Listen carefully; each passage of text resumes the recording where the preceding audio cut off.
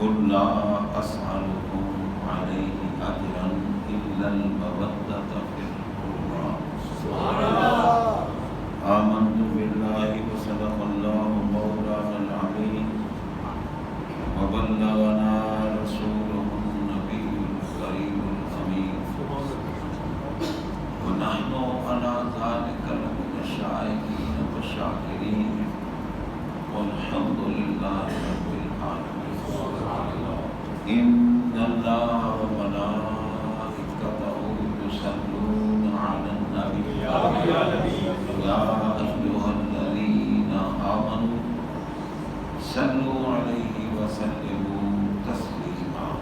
الصلاة والسلام عليك يا سيدي يا رسول الله وعلى آلك وصحبك يا سيدي يا حبيب الله. الصلاة والسلام عليك يا سيدي يا رسول الله وعلى آلك وصحبك يا سيدي يا سيد المرسلين وعلى آلك وأصحابك يا خاتم النبيين. واجب الاحترام معززین سامعین و حاضرین الکرام، قرآن مجید فرقان حمید قرآن رشید کے چند کلمات طیبات کی تلاوت و شرح حاصل کیا. ان کلمات طیبات میں رب العالمین جل شانہ نے اپنے حبیب پاک سید المرسلین رحمت للعالمین اور قید و جہاں علیہ تحیت و ثناء کی ذات پاک حکم دیا، قل محبوب فرما دیجیے. اب آگے جو بات بھی ہوگی وہ ہمارے آقا کی طرف سے نہیں، اللہ تعالیٰ کے حکم سے. سبحان اللہ. اللہ نے فرمایا نا قل محبوبا،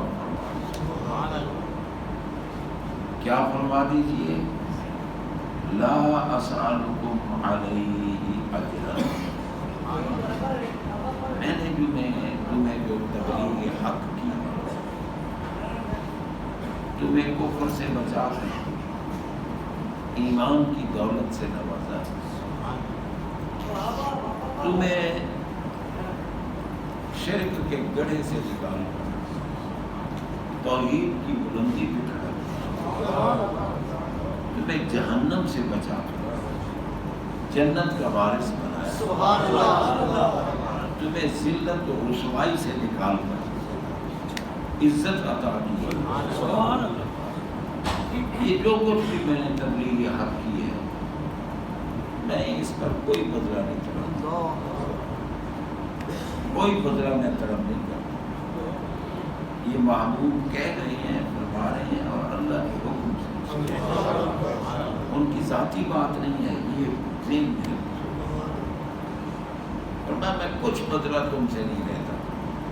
اللہ پہلے لا تھا، لا سالکم، اب لا کے بعد جب اللہ آ جائے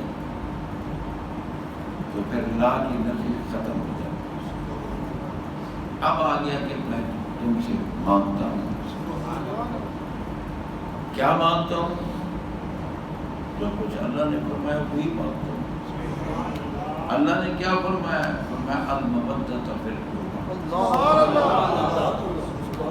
بس میرے قریبیوں سے بے حد محبت کرو. یہ آپ دیکھیں نا، محبت یہ بھی قرآن پاک کا لفظ ہے، اور مودت یہ بھی قرآن پاک کا لفظ ہے. محبت کا معنی بھی پیار کرنا، اور مودت کا معنی بھی پیار کرنا.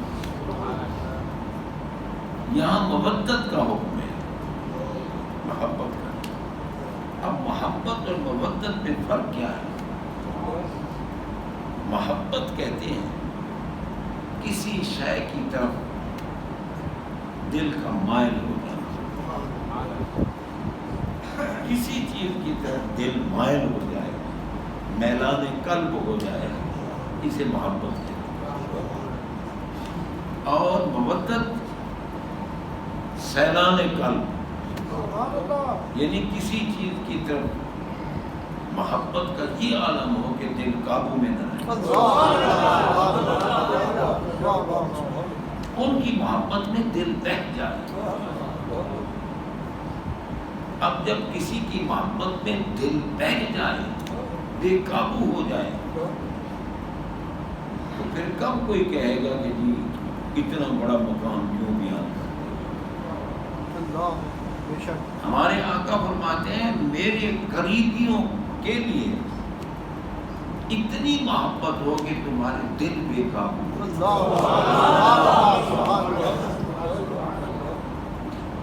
اب جناب مفسرین نے بڑے اقسام لکھے ہیں قریبیوں کے، بڑے اقسام لکھے۔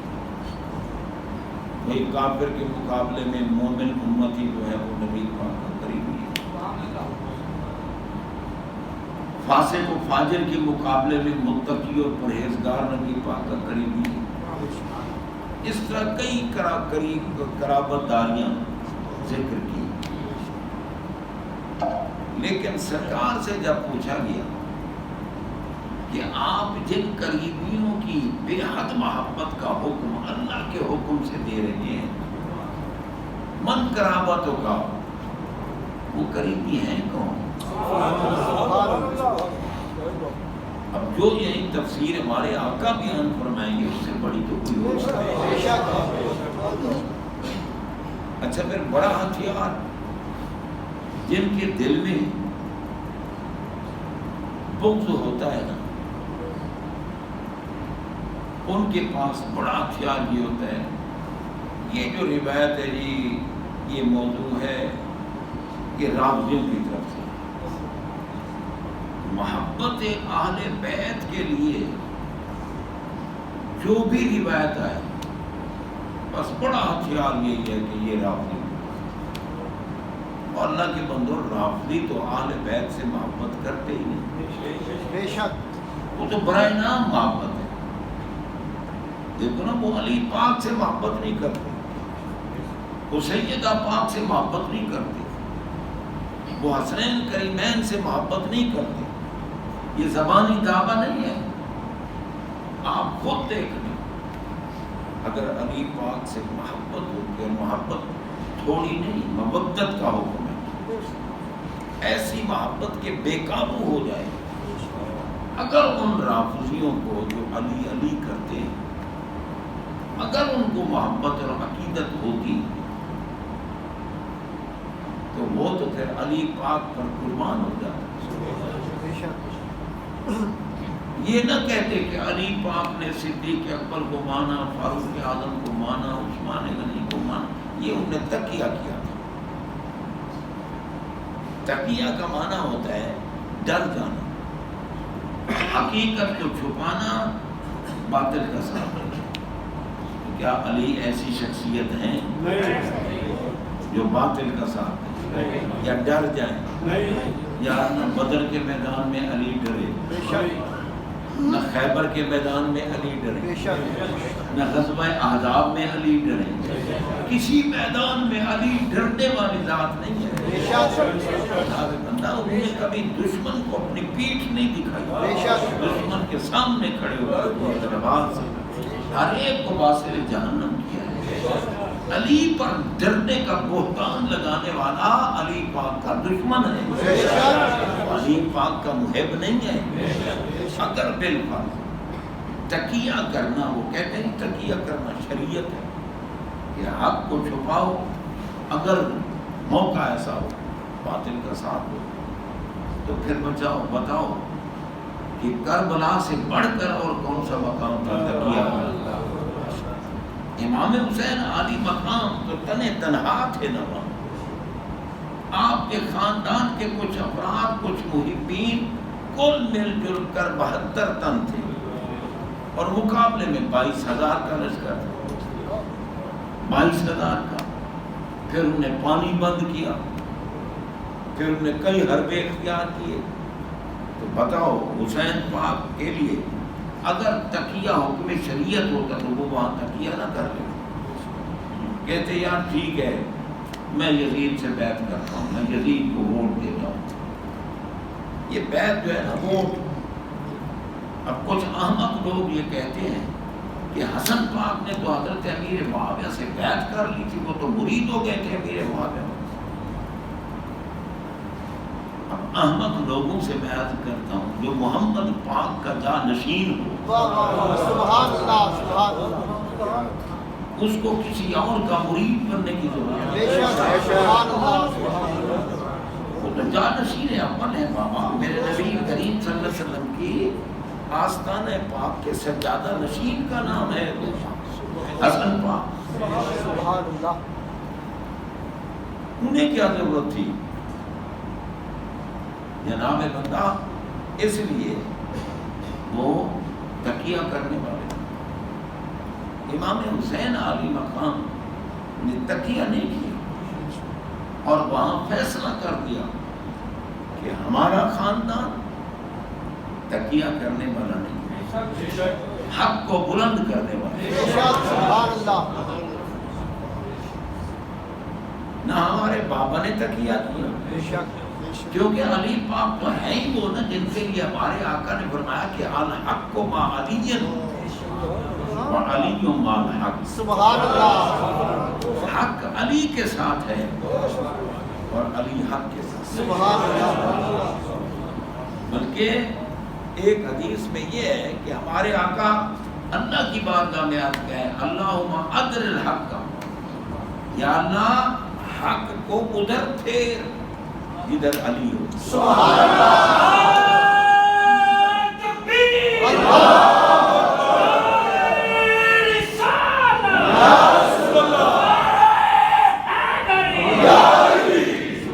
جدھر حق ہو تو حق علی کے ساتھ ہے، علی حق کے ساتھ ہے، نہ حق علی سے جدا ہے نہ علی حق سے، جہاں بھی علی ہے وہیں حق۔ سبحان اللہ، تو بھائی علی پاک کو تو ہم مانتے ہیں، ہمارے راہبر ہیں، ہمارے رہنما ہیں، ہمارے پیر ہیں، ہمارے مرشد ہیں وہ، بے شک کیونکہ جس کو علی نے مانا ہم آنکھیں بند کر کے مانتے، سبحان اللہ، بے شک جن کو علی نہ مانے ہم نہیں مانتے۔ بے شک یہ نا اصحاب ثلاثہ خلفاء راشدین علی پاک نے مانا اور اسی لیے وہ خاتم الخلفاء بنے، آخری خلیفہ بنے کہ نبی پاک میں علی جب تم مہر تصدیق ثبت کرو گے پھر انکار کی گنجائش کسی کو بے شک، اس لیے علی پاک صدیق اکبر کی ابتدا میں کھڑے ہو گئے، ان کی خلافت کو تسلیم کیا، ان کو ووٹ دیا، ان کے پیچھے نمازیں پڑھی، تو ہم کیسے کہہ سکتے ہیں کہ صدیق اکبر معاذ اللہ حق نہیں ہے؟ اب جو صدیق اکبر کا دشمن بنے وہ دشمن علی ہے۔ بے شک، علی پاک نے معاذ اللہ کسی عام بندے کے پیچھے نمازیں پڑھی، یار ہمیں پتہ چل جائے نا یہ بندہ بدعقیدہ ہے، ہم اس کے پیچھے نماز نہیں پڑھتے۔ بے شک، علی تو علی وہ کیسے بدعقیدہ کو چھوڑ سکتے ہیں؟ اس لیے جناب وہ کیسے وہ بدعقیدہ کے پیچھے وہ کیسے نماز پڑھ سکتے ہیں؟ مولا کائنات نے صدیق اکبر، فاروق اعظم، عثمان غنی رضی اللہ عنہم ان کی خلافتوں کو مانا، ان کی امامتوں کو مانا، ان کی اقتداء کرتے رہے اور پوری امت محمدی علیہ صاحب الصلاۃ والسلام کو بتاتے رہے کہ میاں یہ حق ہے، یہ حق ہے، اس لیے ہم نے بھی ان کو حق مانا۔ تو حضرات محترم اب 20 سال حضرت امیر معاویہ کی خلافت حکومت رہی، ملوکیت رہی 20 سال، نہ حسن پاک نے انکار کیا بلکہ انہوں نے تو دستبرداری کی، انہوں نے تو خود اقتدار دے دی اور انہوں نے کہا کہ ہمیں اقتدار کی ضرورت نہیں ہے، ہم اقتدار کے بھوکے نہیں، جو محمد پاک کا بیٹا ہے اسے اور کیا اقتدار ہے، سبحان اللہ، اسے اور کیا اقتدار ہے، کیونکہ حسن پاک ہے یا حسین پاک، انہی سے تو ہمارے آقا کی نسل چلی، بے شک، انہی سے نسل چلی ہے۔ تو جناب بندہ حسن پاک نے، کیونکہ نبی پاک نے فرمایا تھا نا 30 سال خلافت راشدہ رہے گی، 30 سال خلافت راشدہ، اس خلافت کو کہتے ہیں جو اعلیٰ منہاج نبوت ہو، جو نبی کے نقشے قدم میں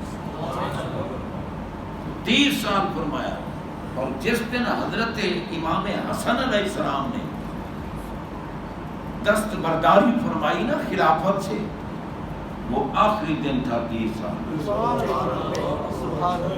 اس لیے دستبردار ہو گئے کہ اگر میں اب اگلے دن بھی خلافت اور اس اقتدار پہ رہتا ہوں تو میں خلفائے راشدین سے نکل جاؤں گا، میں ملوکیت میں آ جاؤں گا، اس لیے انہوں نے سلوکی دے دیا۔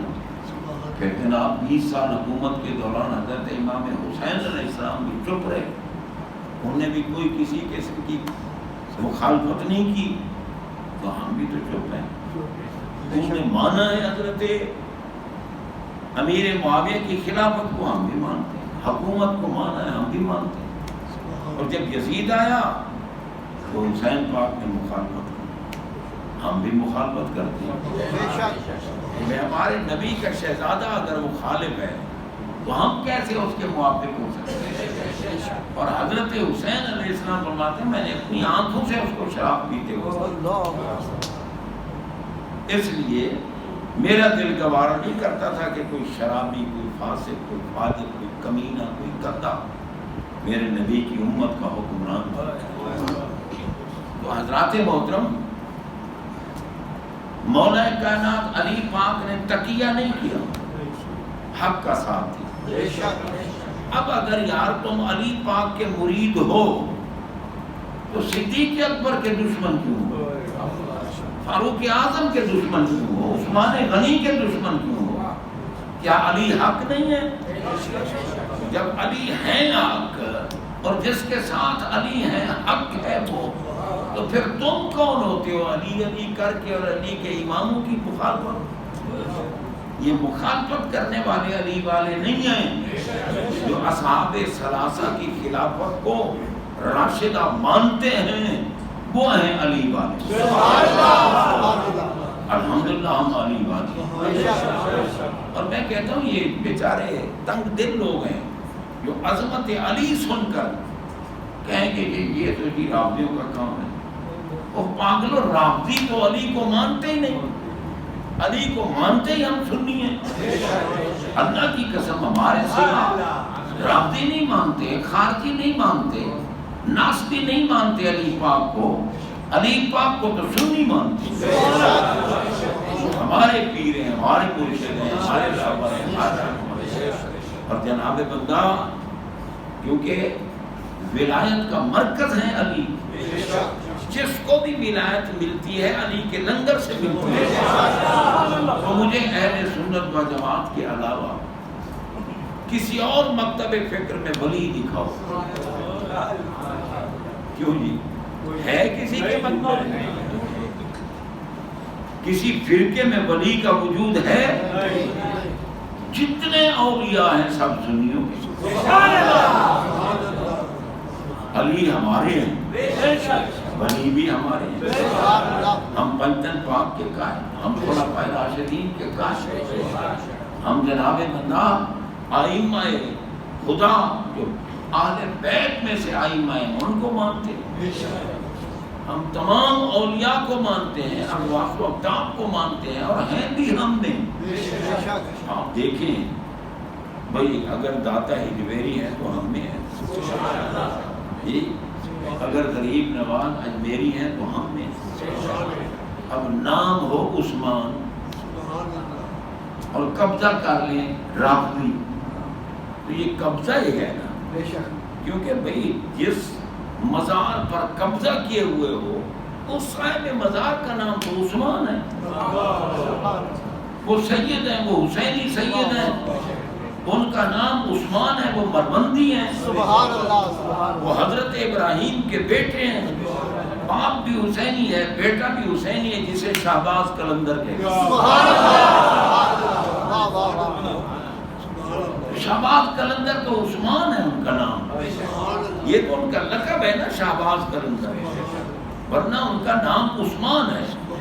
اگر وہ معاذ اللہ ثم معاذ اللہ رافضی ہوتے تو باپ نام عثمان کیوں رکھتا؟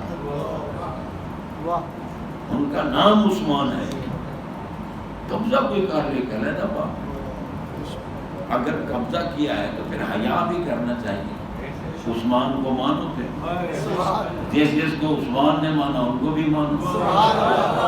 حضرات محترم، رب العالمین جل شانہ کا کرم ہے،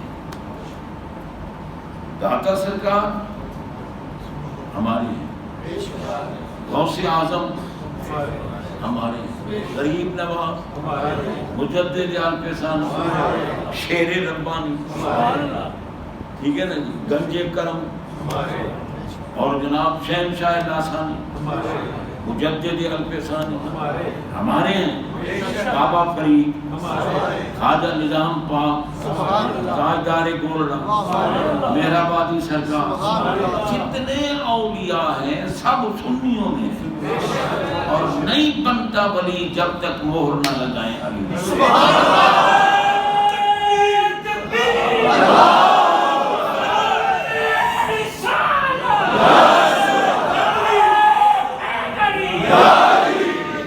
اب آپ خود اندازہ لگائیں بھئی، اگر علی ان کے ہوتے تو ولی بھی ان کے ہوتے، ولی ہمارے ہیں تو علی بھی ہمارے ہیں، کیونکہ علی ہیں باب مدینۃ العلم، علم کے شہر کے دروازہ ہیں علی، اور بے علم نتوان خدا را شناخت، حل یستوی الذین یعلمون والذین لا یعلمون، بے علم کبھی ولی نہیں بنتا۔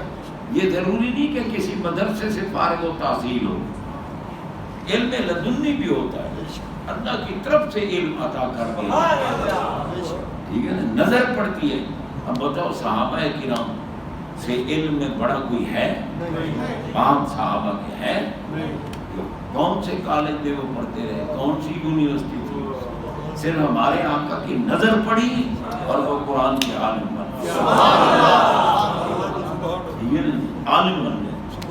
نگاہ سے بھی علم مل جاتا ہے، اتصال سے بھی علم ملتا ہے، سینے سے لگاؤ عالم بنا، پڑ گئی جس پر نظر بندے سے مولا کر، موج میں جب آ گئے قطرے سے دریا پر، اولیاء کا وجود اللہ نے ہمیں دیا، اور یہ ہمارے حق ہونے کی دلیل ہے کہ ولی ہمارے ہیں اس لیے کہ علی ہمارے ہیں۔